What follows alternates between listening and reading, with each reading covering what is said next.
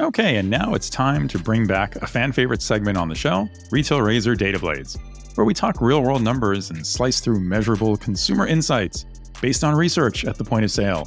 And bringing us that slicing and dicing of data is Georgina Nelson, CEO of TruRating. TruRating is helping retailers hear directly from validated shoppers daily and recently hit a major milestone of 500 million responses. Retailers using TruRating average 80% response rates on questions that are asked. This is made possible by asking a single rotating question directly on the POS pin pad, making it a seamless part of the customer checkout experience. TruRating also works with their retail partners to develop consumer insights reports by running questions on an industry topic or theme. These anonymous responses are linked to metrics such as basket size and repeat visits to produce industry-changing insights like the ones Georgina will be sharing with us today. Welcome, Georgina. Thank you. Thrilled to be here today. So today's Retail Razor Data Blades topic is all about how the perception of choice is essential during the checkout experience. Please do tell us more, Georgina. So, earlier this year, we asked over 14,000 customers across the US, UK, and Australia what their views were of self-checkout as they shopped across a variety of stores. And it was really interesting. Basically, appetite for self-checkout versus manned tills seemed to really be affected and be impacted by what sector you're shopping in. So in the convenience sector, customers generally preferred self-checkout, obviously the convenience and the speed being king. But in apparel, where a consultative sale within a store associate is more likely, that fell to only 29% of customers saying they'd ever prefer self-checkout.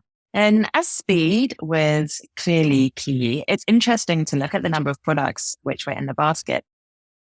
Ultimately, there seems to be a threshold of if there are more than 3 items in the basket, consumers will look for that manned till. And interestingly, in a stat which I'm sure we can all sympathize with, 1 in 5 customers report facing challenges with these self-checkout. Well, there's Ricardo. That's me. I'm that one. What we also found, which again I think is really interesting, is the option of whether there is a manned till or self-checkout is really key.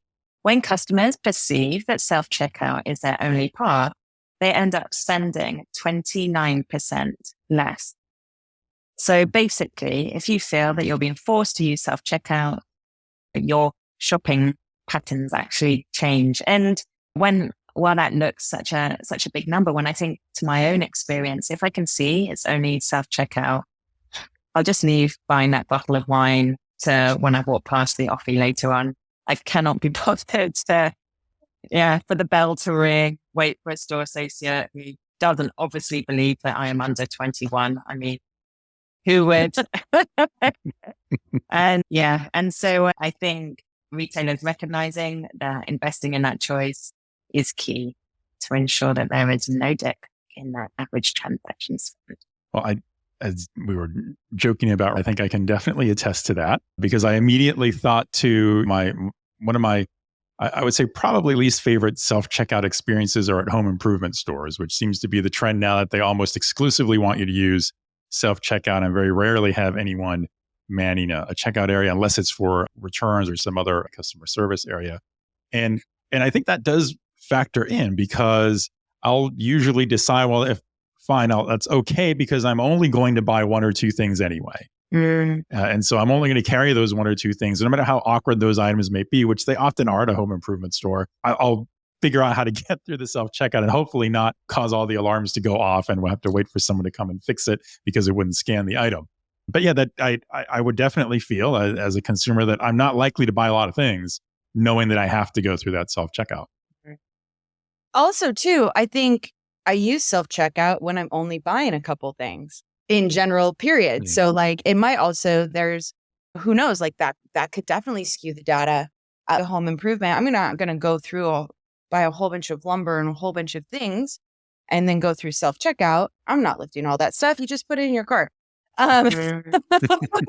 Or heavier products, right? So there has to be a mix of both. I don't think that we can go 100% one way. It does change perception. I kind of I don't like the idea of it. So it just kind of like the brand's no longer relating to my DNA because they're now rolling something out that I don't believe in. But at the same time, being able to get this information from the customers, like essentially real time, I see that it would be much more beneficial to the decision makers on how they're making technology decisions, changes, rolling it out across more locations. I think it really is a critical point where retailers have to just ask questions to consumers.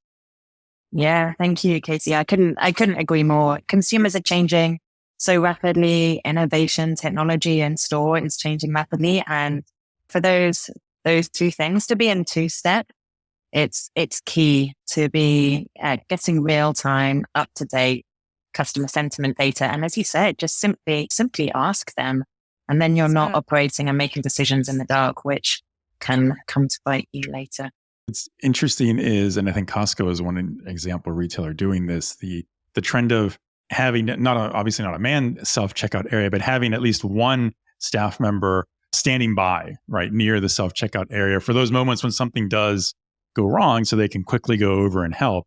And I think in the past, self-checkout was always presented as a labor solution for retailers, right? In the sense that you would have fewer people staffing the checkout area, yet still have a good enough process that it would provide a good experience for customers when they check out without incurring any losses or anything. But one person manning multiple self-checkouts versus a one-to-one correspondence to a manned checkout area is still a labor savings, I suppose. But I'm kind of curious, when you are working with the retailer, Georgina, and you have this kind of survey done and they're looking at data like this, what's a typical thing that you suggest to retailers? Say, how would you follow up with this? Is the normal thing that happens that a retailer says, we've learned this is a really interesting result, an outcome from this question we asked. Now I want to go and ask a different question and kind of correlate the two to see what kind of insight they can come up with? Or do you usually see something like this where it's a very discrete kind of question? They just want that answer, and then they're going to go off and